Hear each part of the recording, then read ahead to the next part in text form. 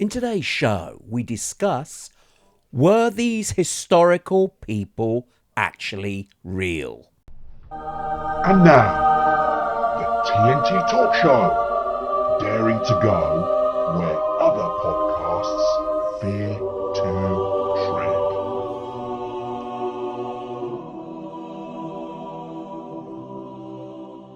Hello, I'm Tony Fasula, and I share the stage with my esteemed friend and colleague, Tyre Bowyer. Tyre, hello, my friend, once again. I hope you keep it safe and well. Yeah, I think I am, Tony. Oh my God. You got me now, haven't you? You've got me all positive and optimistic and all the sort of horrible things. Yikes. Oh my gosh. I know, this is what happens. You got to stay away from this optimistic folk, man. They infect you. Hello, audience. Thank you for joining. I'm even saying hello. Oh my God. Hello.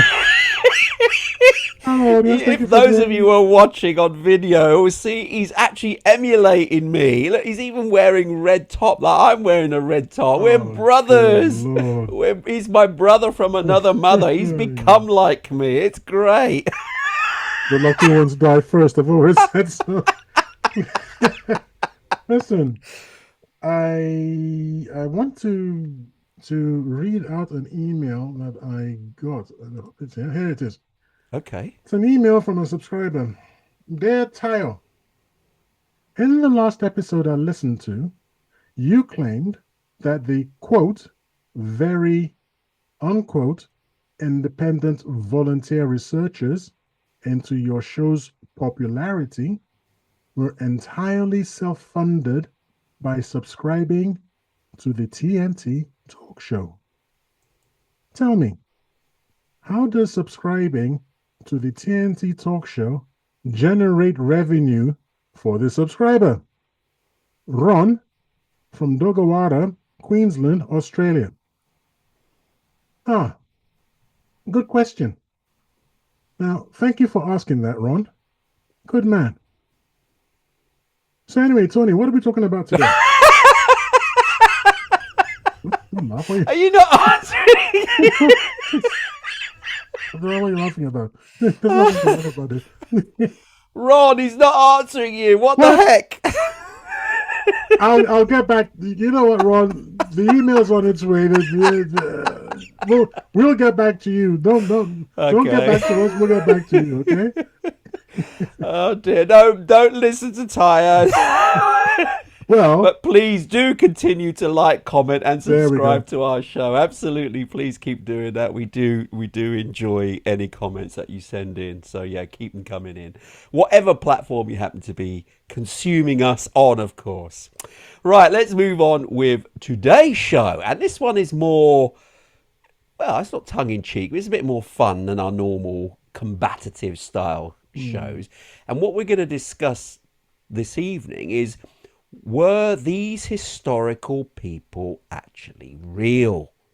So we've got a number of people. We haven't actually compared lists, have we? Hmm. So I don't know whether we're going to come up with similar people or not, but we're going to go through a few and discuss whether they're real or not, etc., etc. So yeah, good topic that you've picked for this one. So as it's your topic, Tayo, do you want Hmm. to kick things off? I don't remember what started this. I think it was probably just coming across someone saying that such and such a person never existed.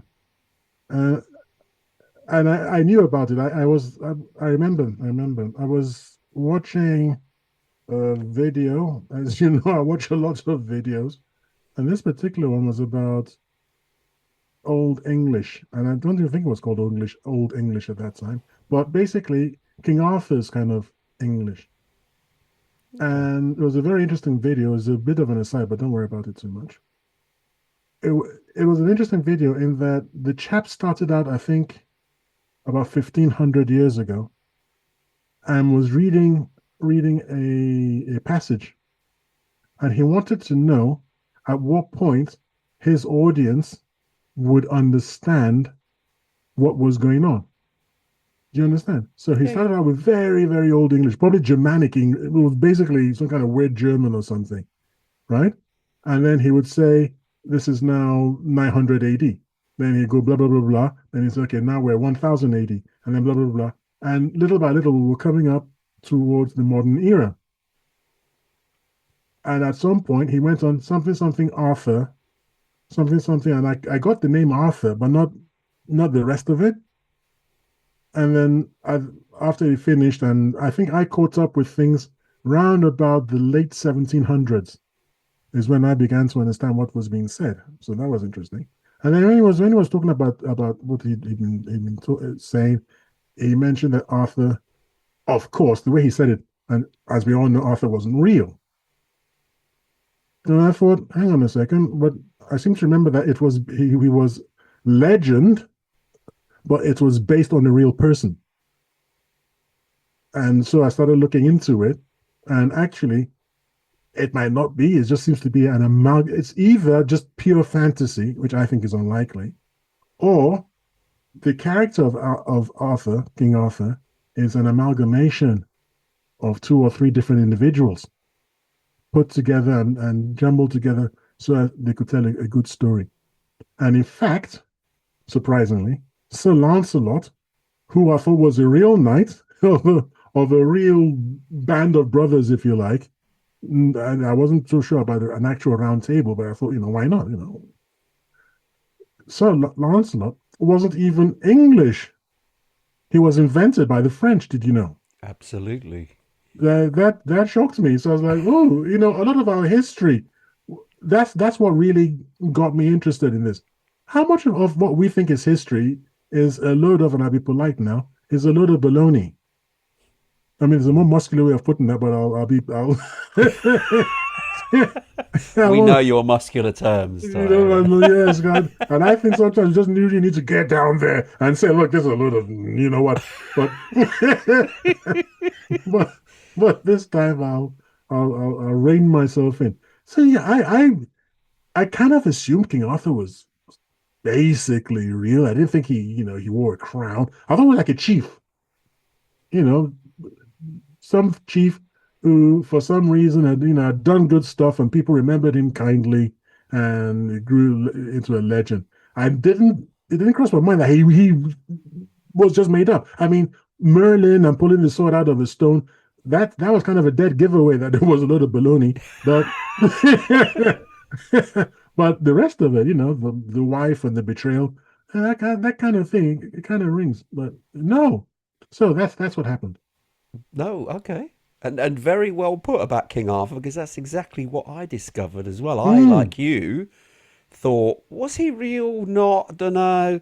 Sounds very fantastical about Camelot, the round table and the knights and the Excalibur.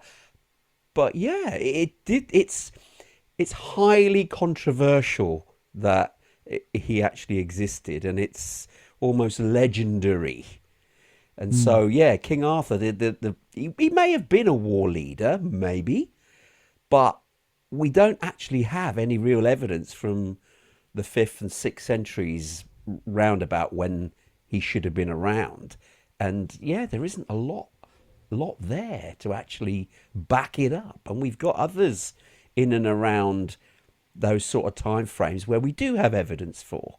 And you would have thought King Arthur being quite prominent, especially in our past, or we mm, believe in mm. our past, there would be more evidence. But no, there isn't really, which is quite strange. So yeah, I don't know what your verdict is. Do you think he existed, therefore, where we've got evidence of other people, in and around, and even prior to this time frame, but not really King Arthur? Was it just a story to entertain, or was it a story to show power and leadership of the past? I'm unsure, to be honest. I think it was a little of, excuse me, I think it was a little of everything. I think the story grew up, and it grew up to support, I suppose, the the idea, the morality of chivalry, which was a slightly different thing than we think of it today, about putting your coat down so a woman wouldn't step into a puddle and all that sort of, well, not a woman, a lady wouldn't step into a puddle and all that sort of thing was slightly different. It was a knight's code. which is interesting because on the other side of the world, there was this code of Bushido. The code How'd of you say that? Bushido. The code Bushido. of Bushido. Bushido. Yeah, you have to say it like a Japanese or Japanese. Yes. Chinese? No, no, that kind of forcefulness, that's a very Japanese thing. Okay. Bushido. Baga. Bushido. Okay. Sayonara. I don't know. They're very sort of. Okay. But if you live in an earthquake-strewn region that keeps sort of coming in from the sea and wiping out entire coastlines, you got to be strong, you know. Anyway, that's a bit of an aside. The chivalrous code grew up, and I think just to cement it is like here is a prime example of chivalrous knights, the Knights of the Round Table, and it just and let's face it, no Netflix or anything back in those days. So if you had a good bard come along and tell a good story on a cold winter's night when there wasn't much else doing, then why not? Mm. So yeah, I think I would like to think it was based on someone, but that is probably a me thing and not a sort of facts of the story kind of thing. That, I mean, the King Arthur one. Obviously, we've got quite a lot of mentions in history that people have recounted the stories, but with the lack of evidence, you have to sort of wonder, what was this? Was this just storytelling? I mean, we can move on to another person as well, It which we was probably, it was just storytelling because we have speaking of moving on to another one, here's another one on the other side of the world too. On the other side of the world. yeah, You heard of Mulan? yeah, Mulan, yes, Well, Mulan apparently, because I didn't grow up with Mulan, I never knew heard anything about her until the controversy of a film a few years ago that caused a lot of controversy. It was the first I've heard of Mulan. But my impression from the controversy that was surrounding Mulan was about representation of her and all that sort of thing. She was represented in a very sort of modern girl boss sort of way, and people were upset about that. I didn't think that as a character, she wasn't real. I thought, that who makes a fuss about a fictional character until you remember all the fuss about the mermaid being represented by what the Americans consider to be a black person, and and it's was it Snow White being represented by Hispanic, Latina, isn't Latino. it? She's a Latina. So yeah, Can you even not say fictional characters. Hispanic? Can I not say Hispanic?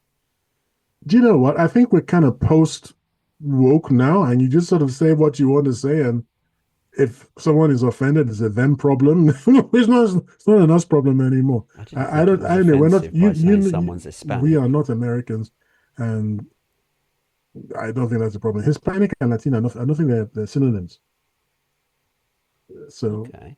yeah, I don't think so. We can look it up, and that'd be an interesting question. Anyway, the point being, I assumed, probably due to ignorance, that Mulan was a historical figure of some sort, like Joan of Arc. Yeah. Nobody's saying that Joan of Arc didn't exist. No. So I just thought that, Mulan must be the Chinese Equivalent almost. equivalent. Yeah. Has the problem when you start digging down into her, the reality of her, it all becomes vaporware, Yep. and there's nothing there.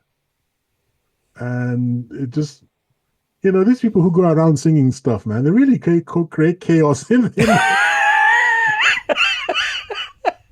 you think they're just harmless people just come and sing a song and that's that. Well, apparently not. They can wreck societies, man. It's like what?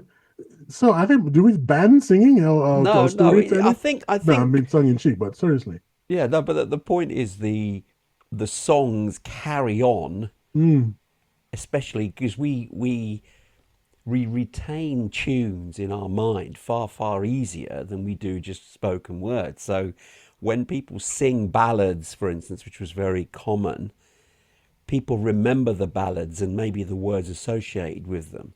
So even what could have started out as exactly that, a ballad just for entertainment, people maybe as they grew older and recounted the same story and remembered the tune, started to believe maybe the words were true.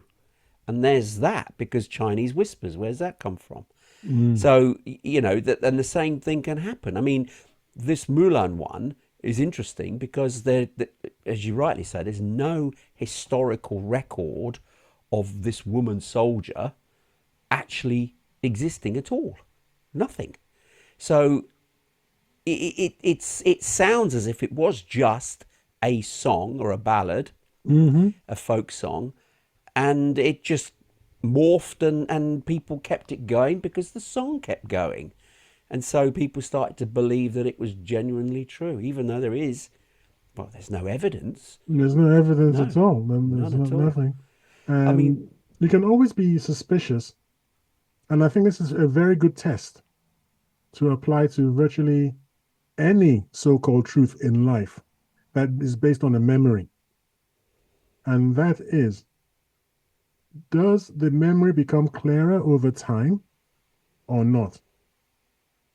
If it becomes clearer over time, if details start becoming more evident over time, then it's probably a little baloney because it means people are adding to it. It's when details become fuzzy and stay fuzzy, or maybe even get fuzzier, and they only exist in historical records.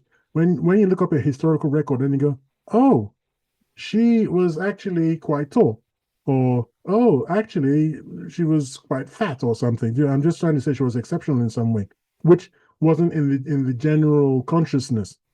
It's a little nugget that has come up from somewhere, and then based on that, you go, we must have lost that over a period of time, lost that particular aspect of her. yeah, That sounds like it's a real person who's been slowly forgotten. yeah, But when the details and when her details and features become sharper in relief, then you can start asking questions. Look, isn't this fictional? Because that's a fictional character coming to life. It's the exact opposite of a real person who's dying. Do you see what I'm saying? yes, yeah. Plus, you can't go back to verify and people would, out of curiosity by itself, when there's a character that people have heard about, they do get curious and they want to find more about them. So if they then look back and find evidence, oh yeah, by the way, you said this, but however, it's actually this. Yes. So you can correct, and the story then goes back to what it should have been if it was true. But when there's no correction, and this is where a typical example one is like William Wallace that leads on to this. William Wallace was one of these characters who they did a film, and most people may have seen the film Braveheart of William Wallace, and how he was a kilt wearing Scotsman who sort of had an affair with the Princess of France, and he was How do you have an affair with the Princess of France well, exactly, from Scotland? it was In the what century was it? I was looking at the other day. Some horribly early century, like the 1500s or something. Yeah, where they didn't move around as often. No, as no, they it's do now. exactly jumping on Aer Lingus or something. No, Aer Lingus is island, isn't it? Sorry, Ryanair or something. I don't know. Not even Ryanair's island. This is Scottish, remember? No, but yeah, it's. I mean, there is a fact. He was alive. He was a real Scottish knight. So he Was he? actually existed. Yeah, apparently he actually existed, but he was just a minor nobility. He wasn't anything, and so the story of his achievements were completely fabricated. So like kilt wearing, for instance, and he was driving people forward. Did you know he didn't wear a kilt because kilts hadn't even been invented? That hadn't even been invented. Not only that, I understand that the princess of France, with whom he allegedly was romantically attached, was only about 3 or 4 at the time. So that was, I mean, even with the Epstein kind of thing, that's got, man, come on, man, come on. I mean, that's pure exaggeration. This is like the fish story. This is really. I think What there fish was story? the what? Sorry. What fish The story? fish story, when someone says, "I went to catch a fish," and they, Oh, the and fish. they, Yeah, okay. The fish and story. then Okay. once you've told it 10 times, the fish, which was only a couple of inches or 5 inches long, is now, Yes. Yeah. huge. So, and this is the same here. Mm. This is mythologized real people that have been, 10 foot tall and driving a whole nation forward against the British. It The English. was English back then, yeah, sorry, The English. against the English and caused, an uproar. It wasn't. It was a myth to create some sort of, I don't know, some power and fear and rumor and legend to create fear amongst the English not to go and fight the Scots because William Wallace would be there, who's a superhuman, defying everyone and leading a nation against the English. So maybe that's where Speaking those stories come from. with a rather strange American accent. According to Hollywood, but never mind. Yeah, It like was you still a said, great film if you take it I as haven't watched fiction. it. I haven't Oh, watched it's it. actually a good film, to be fair. I think I'll pass. But Yeah. but yeah, it was who was it? Who played the part? Mel Gibson. Mel That's right. Mel Gibson. Mel Gibson Gibson, famous, yes. played the part of William Hmm. Wallace in as a Scotsman. We So have to allow these things. Otherwise, we'd never have had. What was that famous line? It's completely just a film thing now. When that famous line from Gladiator. Remember? oh oh And the Russell Crowe, was it? Russell Crowe? Russell Crowe. Oh, Yeah. And that was. Australian Roman. That was very interesting mix of. Although he was referred to as the Spaniard Yeah, in in that's there. right. The So Spaniard with an Australian accent acting in Rome, but not as peculiar as a Scotsman with a French accent in the film. What's the film? I hope I remember in time because we ain't going to ask me a second. no, I don't know either. Oh dear God! Oh gosh! With another Scotsman who was a Scotsman and spoke with a lovely lisp, if Sean Connery.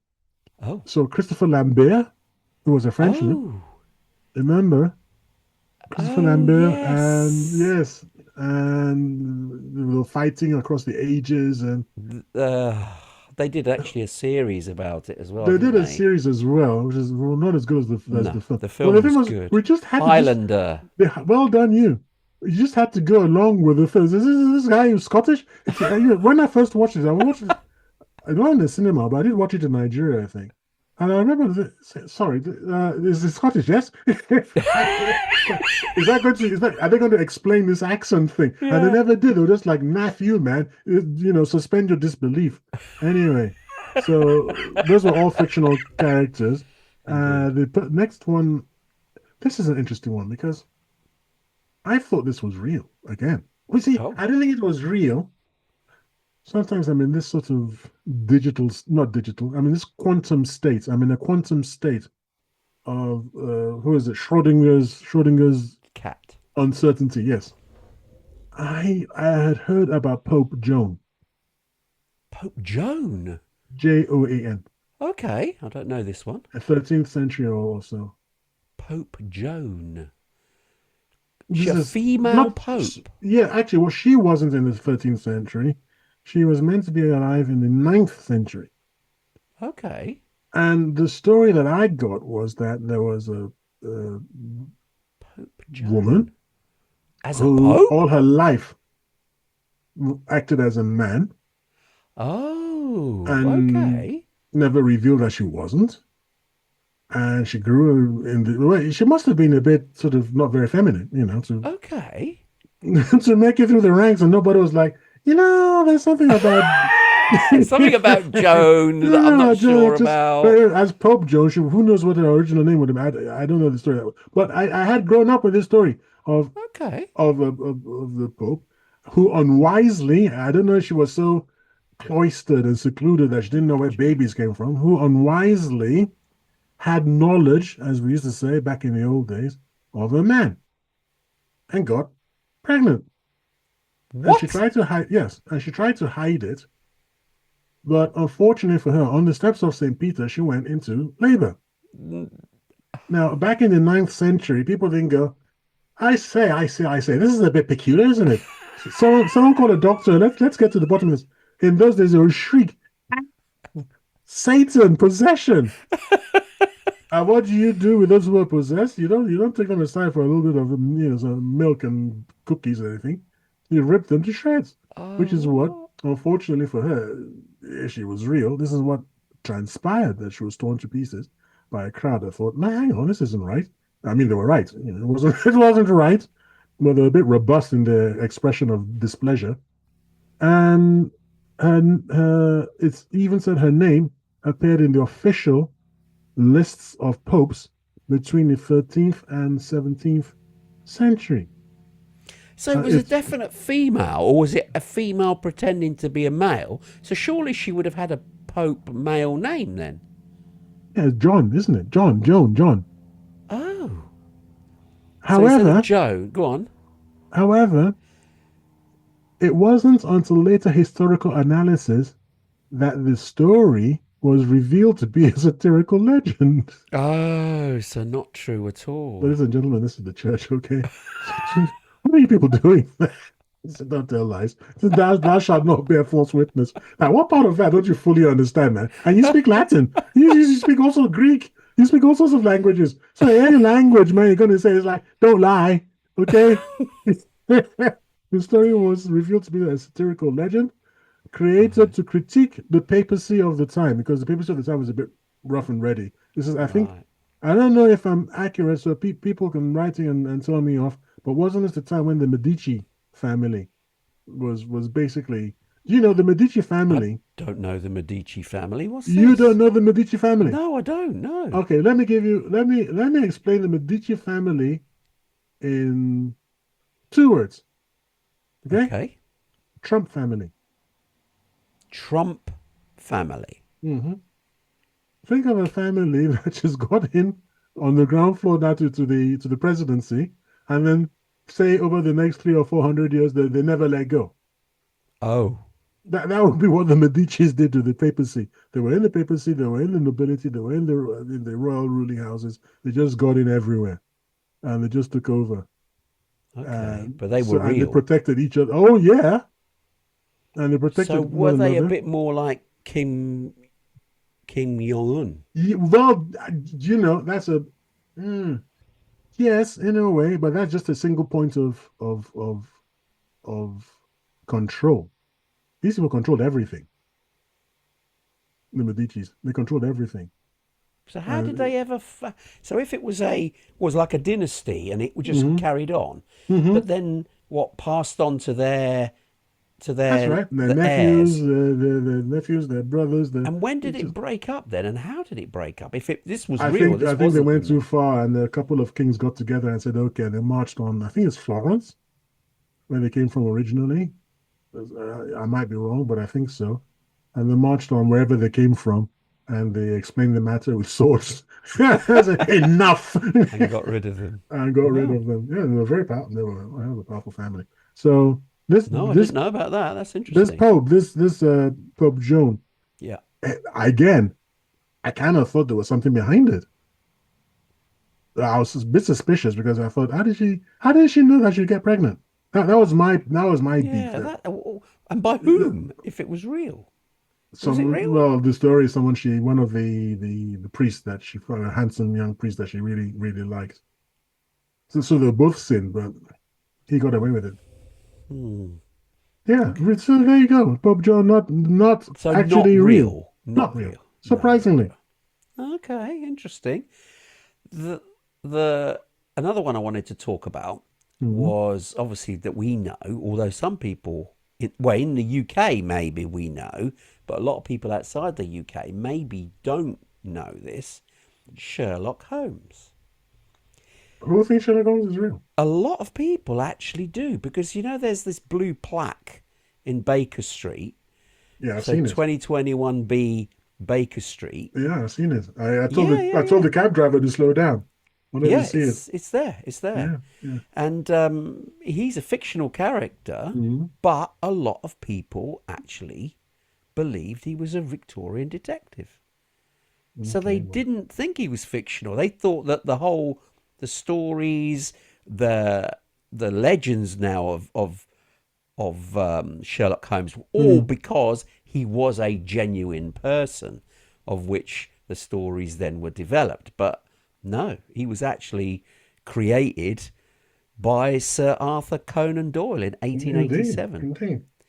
I'm And interested in why did they think like because of the plot? The plot just commemorates the fact that there is a 220 a 221B 220 Baker Street, yeah, yeah, based on. 221 Baker Street. But Oh, I whose think house that was was it put anyway? after. That was put thereafter. Yeah, It wasn't obviously, there I'm before. saying. Yeah. But I'm surprised that Sir Arthur Conan Doyle actually used a real address. I mean, who does that? Well, I And suppose people do. Why whose not? house was it? I mean, it's probably just one of those things that we should have looked up a long time ago out of just curiosity. Can you imagine you're sitting at home and then someone makes up a story, say, some guy from Nigeria makes up a story about your house and it becomes very famous and then people keep And people trooping come to around and visit. You're knocking like, on the what the door. hell, man? Don't you need permission before you do it? Was it his friend's house or I something? have no idea. That's actually an Yeah. interesting story. What is the significance of the house and why and whose was it? Because it was, yeah, you're right. It's a genuine house in a genuine street Mm-hmm. in London. So, yeah, interesting. Might have been an office. Maybe his publishers or something. Who knows? Possibly, yeah. We can find We'd out probably have later. to dig in a bit more about that. But yeah, Mhm. but the point is, Sherlock Holmes was never based on any real No, individual. It was just purely a story created for entertainment purposes of somebody who is, well, he's got vigor, he's got intelligence, he's portrayed as somebody who has, well, great standing in society. People respect him, and yeah, he was just a great character in a book, and was able to think things through that the average person couldn't. So, hence he why was many people based. Sorry believed to him. interrupt, but he was based on a friend of Sir Arthur Conan Doyle's. So he was based on a real individual. He was based on a real individual. He was based on a doctor, a doctor friend of Sir Arthur Conan Doyle. And this Oh, that doctor I didn't friend, know. who was, I think he conducted autopsies and things like this. And of observation, his powers of observation were extreme. And that's what interested Sir Arthur. Arthur Conan Doyle, yeah. Yeah, you're right. Is Right to that say the why whole he's. thing, Sir Doyle, Yes, Sir Doyle, but it's his name. But the or Sir point Arthur, I is think. this why he split the characters?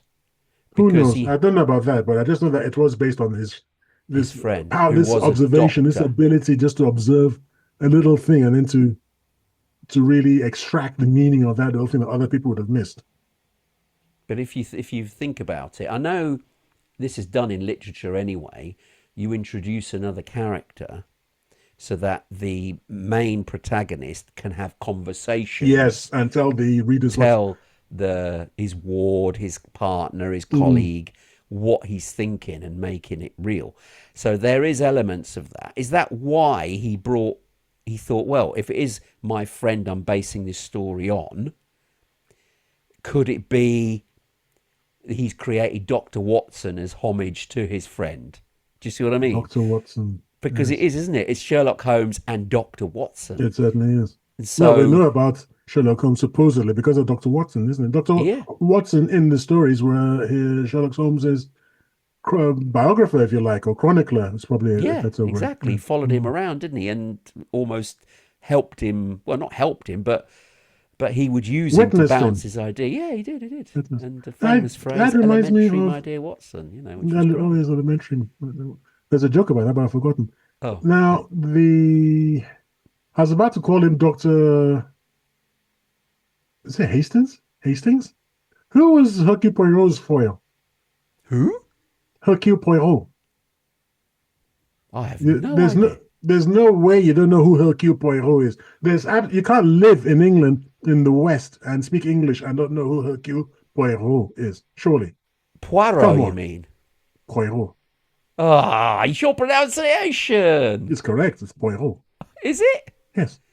He's Even Belgian. though even though he was supposed to be French, he's not. He's a No, fictional character. You insult the man. He'd have been really upset with you. He made perfectly sure everybody knew he was Belgian. Oh, not Belgium, that's right, not yes, French. not Sorry, my French. apologies. But your pronunciation's a little bit off there. How? Poirot is how you pronounced from the Poirot, TV. Poirot, Poirot. Poirot. Yeah, you have to go Poirot. When you're doing your French accent, you have to do it like this, So and you you're doing cannot. a French accent and he was Belgium. Well, because he spoke French, he spoke French. But The French, Belgians yes. they speak French, and but you That's have to very say good, Poirot. actually. You're doing it quite well. Well, Even though you don't merci. speak French. I can say merci. I can say merci. I can say Paris. And I think that's good enough. It's not I bad. mean French. It's better than my French. So There we go. he was a fictional character, totally, Yeah, he was wasn't he? no, no, he So was completely fictional. I'm just trying to remember the name of his foil because what's his name? The Sherlock yeah, had had Dr. Watson. Doctor. Is it Watson? Dr. Yes, Watson, Doctor yeah. Watson. Yeah, Dr. And Watson. then Poirot had his friend. Wasn't it Hastings? I don't think Hastings was Hastings. a Was it doctor. It was a Hastings? colonel, wasn't he? It was a Hastings. Was he I a think. colonel? Anyway, Something they were both military. fictional. Yeah, it was Yeah. something military. But they were both. Those are fictional. And I'll tell you, this surprised me. Did it surprise me? First of all, I got mixed up. And my excuse is I grew up in Nigeria quite a lot of the time, so I'm allowed to be mixed up. I thought it was Robin Hood who shot an apple off the head of some boy. No. That's what I thought it was. And then it turns out to be somebody called William Tell. William Tell. Now I thought William Tell was an opera. And I don't like operas. So I wasn't really interested. The William Tell. Da, da, da, da. I almost got it just now. It's I a almost sympathy, remembered. a symphony. It says yes. Well, I just there was a symphony. Okay, Yeah. so I just almost got it just now. I actually know it well enough, but but then I found out no, actually he's a Swiss gentleman and considered a key figure in the 14th century Swiss struggle for independence, which I believe was from some Italian, German. The Swiss have been under other people for some time, I think. Eventually freed themselves now. Okay. And however, so in the 14th century, the Swiss struggle for independence, there was this key figure called William Tell. And the earliest written records of his deeds, but the earliest written records of his deeds did not appear for nearly 200 years, which is always extremely suspicious. That is suspicious, isn't it? And historians have since discovered that the story of the master marksman and the apple is actually a widespread motif in Viking and Germanic folklore, predating the life of Tell.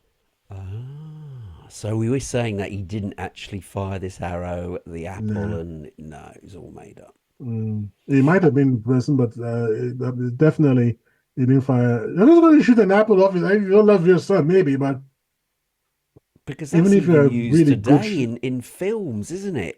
right? Where that show how strong that story is, because Mm, there are countless examples of people shooting things off other people's heads, and it's in James Bond and other films of that ilk where you put something on someone's head and you shoot it off to show your craft or as a marksman. So that probably originated from that story, and it was made up then. So you touched on it and was segueing it in, really, about Robin Hood as well. Robin Because you Hood. said you were confused whether it was William Tell or Robin Hood who fired this arrow at an Indeed. apple. It wasn't either of No, because that'd be and neither or neither. Yeah. yeah, and Robin Hood himself, who some people again believe that he could have been real because there've been countless films done about him, then he wasn't this, marksman that would rob from the rich to give to the poor. Mm, And it wasn't an individual character.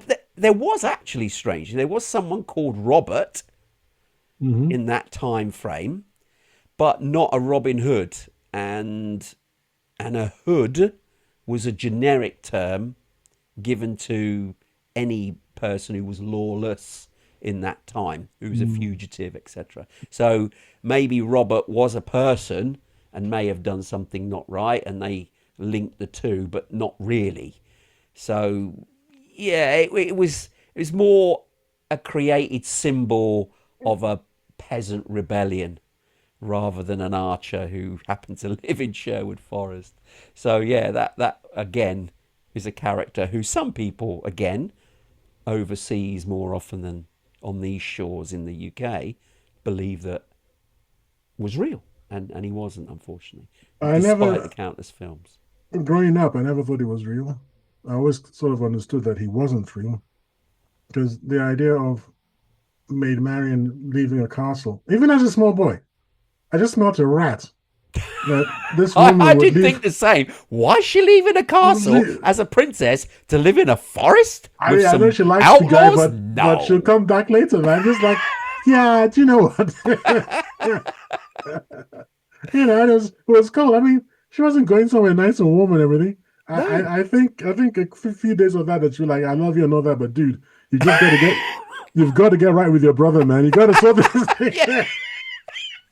Get yourself sorted, because You got to sort this yourself this out. this forest life ain't for me. Yeah, it's just not happening, baby. By the way, I used to work in Nottingham Oh, okay. in Ghana. Is it called Ghana? The gambling people. Oh, Gala, who have the casinos The and places casino. as I well. used to Yeah, work at the yeah. headquarters, Oh, okay. In which is Nottingham, I wasn't aware on of the that. other side of the street from the castle. Really? Yes, really. Mm. And I was really excited. I thought, oh, so this I'm going to go exploring and everything. And when I say a castle, Yeah. okay, there are garages in Lagos, in Nigeria, that are fancier. So you're saying it wasn't anything to look at? It wasn't even a manor.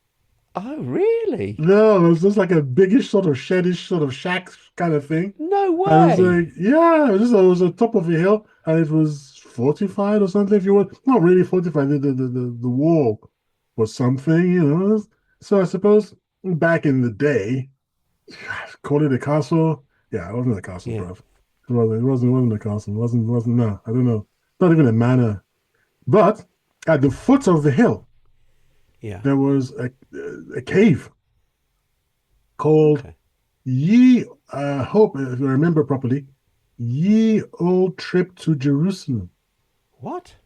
Ye Old Trip, Ye To Old Jerusalem. OLDE, Yeah. Old Trip to Jerusalem. And what did that mean? Well, it was the starting point for pilgrims going on pilgrimage to Jerusalem. That is where they Oh, assembled all okay. those years ago, and it's still there. It's Wow. just a fantastic history. This is what I'm so jealous of. Nigeria, we don't have this kind of history. I think the oldest house in Lagos is only 150 years old or something. It's just really disgraceful. And here you've got this cave basically, and it's still going strong after what, over 1,000 years. Yeah. Fantastic, really lovely. Anyway, that's just some filling in some color for you of why Okay. Robin Hood might have been real, but he absolutely, he Okay. absolutely wasn't. I want to talk on a because we've got a bit of the show time left, but I want to mention a Good, couple because of I've got a characters. couple. Sorry. Yeah, I wanted to mention. Mhm. See if you've got this one. Jesus of Nazareth. I'm not going there, pal. Well, No, I'm not going there. Sorry. you don't want to talk about that one. No, no, no, no. That's very sensitive. Well, okay, we won't touch on that one. But okay, what about William Shakespeare? Ah, now this I wanted to leave it for last, but I want you to give me like a 10-minute warning. I'll tell you why, because Well, there's I'm a just lot. wondering because I think we can talk about this one a lot Okay, more, yes, and we because haven't got that. We've got 15 or so we minutes have to talk left, about it. We have to talk so about we'd it. need to talk about it now, Okay, really. okay. Well, you So, can you can lead off, and then I'll come in. I'm looking for something else now. well, there is a debate really about William Shakespeare. Now, Mm, obviously, many people have heard of him, and he's written all these books which have been converted to plays and blah blah blah. And there was a man named William Shakespeare, and he definitely lived in Stratford, and he was an actor in London. So those things are verifiable. So this guy did exist. But the question arises is, did he write the plays? Did he write all the things that have been attributed to him? And that's a separate thing. So as far as our show is concerned, yes, he did exist. But is William Shakespeare the person behind all the accolades? That's the question. And there seems to be quite a bit of doubt as to whether he was the person responsible for all the great literature that was written by that person, whoever it was. And so that's what we're going to talk about here, really. Was he just a front man for someone else, someone more educated in the background? Because William Shakespeare, let's be honest, who he was just a commoner. And some of the things he wrote about, he couldn't have known about much of the royal court life. He just couldn't. And all the law, to be fair, he wouldn't have known that, because many people, commoners, wouldn't have known all aspects of the law. They just didn't. They didn't know it. So how could this man know so much and in so much detail, really, about what was going on if it was genuinely him that wrote it all? So there are some conspiracy circles that seem to suggest that he was just the front man, and someone with more education, who was more noble, was in the background and did the actual grunt work of the stuff, but attributed to him so that they could hide in the background and not be associated with it. So that's part of the challenge. So what's your take on that? You see, I think this is very interesting because to me, it's a holdout of classic British class snobbery. One of the strongest arguments Go on. for Shakespeare not being the true author of his plays is that he didn't go to school. Here's the problem. Schools weren't formally a thing until long after he died.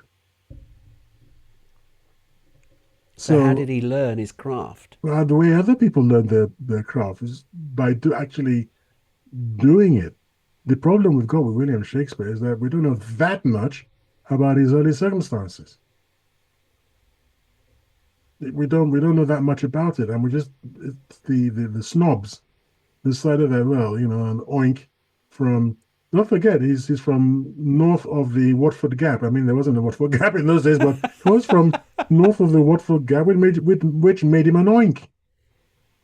And then to come and speak such fine English and everything, well, if you mix with people who talk, you can pick. As a commoner, did he mix with people who talk? Did he shine their shoes? I mean, I'm not saying he did. I'm giving an example. Did he travel with them and excuse me, did he hear from their servants? Did servants repeat things to him? I mean, if he wrote those stories, he was a sharp lad. So, and how many people, commoners back then, could even read and write? Let's be honest. It was normally he must just have been ability, trained. wasn't Was he a clerk or something? What was he? My beef is that it's very easy to dismiss him based on class snobbery. But I'm asking, basically, my question devolves to asking you to prove a negative, which is really unfair. I'm just trying to say, well, prove that he wasn't capable of writing these stories. I know I'm supposed to be the one to prove that he did write these stories. Well, okay, let me put some things in the way of that. Mm-hmm. Obviously, you've already touched on it. I mean, he existed as a person. There's records of him being baptized, for instance. He was married and he died. And there's even tax records that he paid taxes. Mm-hmm. And there's even legal documents where he actually put some money into the Globe Theatre. So there's records of that. So that's receipts. But, as you rightly said, there's zero records of him ever attending school. And Mm. school was mainly for nobility, people that had money, in order for them to learn to read and write. The commoners didn't have that open to them, so there's zero record of him ever attending a school. So that is the question mark of how did he learn to write as eloquently as he did? Church. That's where people learned in those days before schools. Churches, monasteries, basically. Clark. That's the readers and the writers were people in the church. And also, what about the library that he referred to in his Who's he? writing? Shakespeare. I'm not aware of any library. By the way, I can't stand the guy's writing. I find it No, I didn't like it. But rococo and from flamboyant. I mean, and there's no record of him owning a library. So how on earth did he have I don't know access anything about a or library. This library just came out of one of Tony's famous hair, and then look at never heard of it in my life. First of all, library. What library? I've heard of the Globe, but that's about it. So yeah, I would have loved to get into the actual process. I mean, for example, didn't he write several of these plays and they weren't published because of his background? And it wasn't until they were being acted in on the stage in, was it Coventry or wherever he was, because it's from around here somewhere, he's not too far from us in Northamptonshire. I think he was in what's the one where's Coventry? What county is that? Coventry? Yeah, Anne Hathaway's cottage. Yeah. Oh yeah, that's right. That's that. I've even Yeah, been there. That Oh dear, yeah. not Anyway, Arden. Um. it's the next county over, basically, Yeah. isn't it? Yeah. Yeah. Yeah. Yeah. And so it was when things started getting riotous and interesting there that someone finally helped him get set up in London, which at the time didn't mean London, because at the time, I think, whether it was due to the plague or whatever it was, they didn't want people congregating inside London's walls. So the stage was outside of London, which is really funny because if you look at where the old Globe was now, it's more or less smacking the London. It's That's how smacking. far London has grown, something that Yeah. was Yeah. Yeah. that's outside of London. No, it wasn't outside. Well, I mean, it was in those days. Well, old London town. Where was that, for instance? Surrounding the city. So yeah, the Globe was nowhere near there. Nowhere near, nowhere near. It No. was quite a ride out, I believe. Yeah. Yeah. Yeah. And and then he got published or whatever it was, and he started making money and being introduced to people. And I don't think in his and then again, are there any rumors in his own time, which is the critical thing, of people saying in his own age and day and age, he didn't write them? See, that would be No. really powerful if people in his day said, "You didn't write this," but it's when he's dead and can't defend himself Yeah. that all of a sudden he couldn't have done it. I just find it, nah. It's like I don't have any evidence, but I smell snobbery. But do you know about the will though? No, I don't know about the will. Well, I he know his did. name is Will, but No. No. No. Um. He had a will, and it was very detailed when he died. hmm, But he didn't mention a single book or manuscript in it at all. He mentioned a bed in the will. hmm. Why would you mention his best bed or second best bed? I can't remember.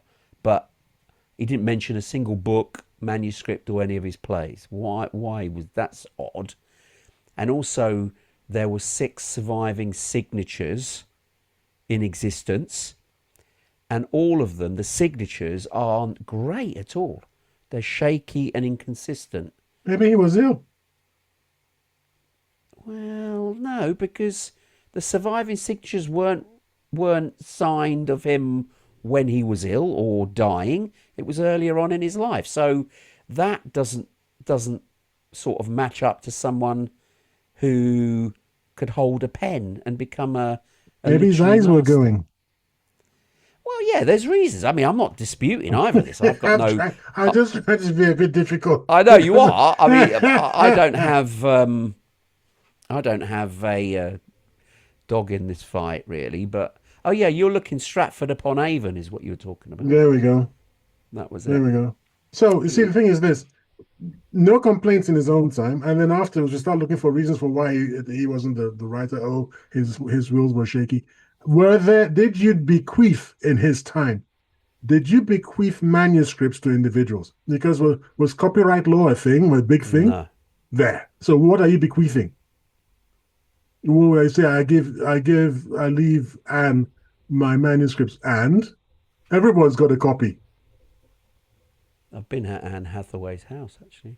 I went past it, zooming past it. Once. Went in it, yeah. It's good. It's good. Those just Probably for a our lot faster listeners than I out there. should. If you've ever been to the UK and you want to see where William Shakespeare was born, the place to go is Stratford upon Avon. It's quite a nice little place. Good tours. You get to see Anne Hathaway's wife's house and some of the other historic places within Stratford upon Avon.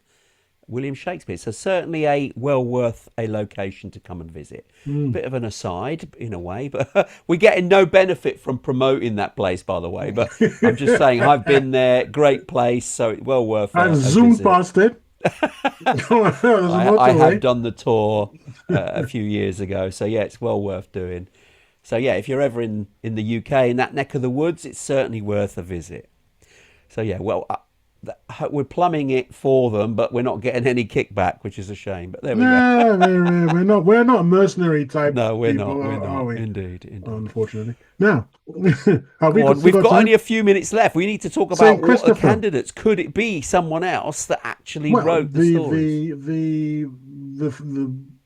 the word on the street. I love that expression. The word The on the word on the street. street, in that it was written by Sir Francis Bacon. But I think that's a little baloney too. Well, I mean, I say Um, I think, I mean, I don't have any evidence that it's a little baloney, but why? You know, why why did can't it he? just be Well, Shakespeare? he didn't want to. He didn't want to be known, did he? Because I mean, proponents who believe that. Look, let's put it this way. At the time, it wasn't a big news, was it? It was only Mm, afterwards when they looked into it, they thought, now this is strange. And a lot of history, you do have question marks about history when you look at the evidence because you then, the people are intrigued about it. It's like we touched on it already. When you find out about somebody or a situation or an event, you want to find out a bit more. So you go back to that time to find records. And when the records are not there or things don't add up, you start to question it. And then, well, hold on, why is this missing? Or this doesn't add up. And that's when the issues arise. And so that's when conspiracies come mhm, and doubts about authenticity and etc. And it's the same here because there was three people who were suggested as the real the real architects of the literature, and not William Shakespeare himself. The first one was Edward de Vere, but he was a royal, and his life matches the plots of the plays, and he travelled to the exact Italian cities mentioned in, for instance, The Merchant of Venice, which was interesting. mm. The problem, however, with him being a real candidate is he died in 1604, which is before many of the plays were even written. So even though people have thought, could it be Edward de Vere? No, unlikely. But the one who you've just mentioned, Sir Francis Bacon, Mhm. now proponents who believe it was him, they think he hid secret ciphers in the text of the first folio that, when decoded, revealed his real name. And he was a legal expert explaining the complex law jargon in the plays. So it's possible. There was another one, Christopher Marlowe. Yeah, Now, Marlowe. he was a brilliant playwright in his own I was going right. to say he was an actual playwright. Yeah, he was. but he died in a bar brawl in 1593, just as Shakespeare appeared. So there's a crossover there. But he was an intelligent agent who faked his death. This is part of the conspiracy, to avoid execution, and he wrote the stories from exile, but Shakespeare had to present them as his own. And that's an interesting story. That is an interesting story. I didn't know about that. Actually, this is the first time I've heard of that. And escaping the hangman's noose. Yeah. Escaping the hangman's noose is a pretty powerful motivation to be somewhere else. Yes. And not available for questioning, if you catch my drift. Indeed. So if you found a sudden urgent need to be not in England, but you maintained correspondence with somebody who was in England, then of all the candidates, that makes the most... Christopher Marlowe, yeah. That makes the most sense. Because he was a playwright. Yes. He was educated. But did he publish anything before he ran off to wherever the heck he ran off to? That I don't know. Did he write anything in iambic pentameter? What was Shakespeare was alive, and in addition before to Shakespeare's appearance, because the thing about Shakespeare was the iambic pentameter thing, wasn't it? Yeah. No. So if all his stuff, he must have done. He's been a playwright beforehand, but when he supposedly died in a bar brawl, then Shakespeare appeared shortly after. And that's when, because he was due to be executed. So it seems to be coincidental that he died before he was executed. So he can't be executed. But in so dying, he's changed locations. He's still alive and faked his death, but still wanted to release plays. And then Shakespeare was his, not stooge, but you know what I mean. You know what? We have got to the top of the hour, amazingly. I didn't get to speak about St. Christopher, my mother's favorite saint. Never mind. We've got so many. This show we could revisit and add some more, but it's a great show actually, and quite an intriguing one. I hope our listeners have enjoyed it. Do you have any sum up in terms of this particular show? Well, I just thought of it this very second. History is really dodgy, man. Really dodgy. If you didn't see it yourself, probably want to take everything with a pinch of salt. Indeed. I echo that sentiment entirely. Now, if you've loved this episode, please hit subscribe and stay tuned for more deep dives into prophecies, mysteries, and the unexplained twists of fate. You've listened to Tony and Tyre, and we are the TNT Talk Show, but unfortunately we have reached the end of the show for another week.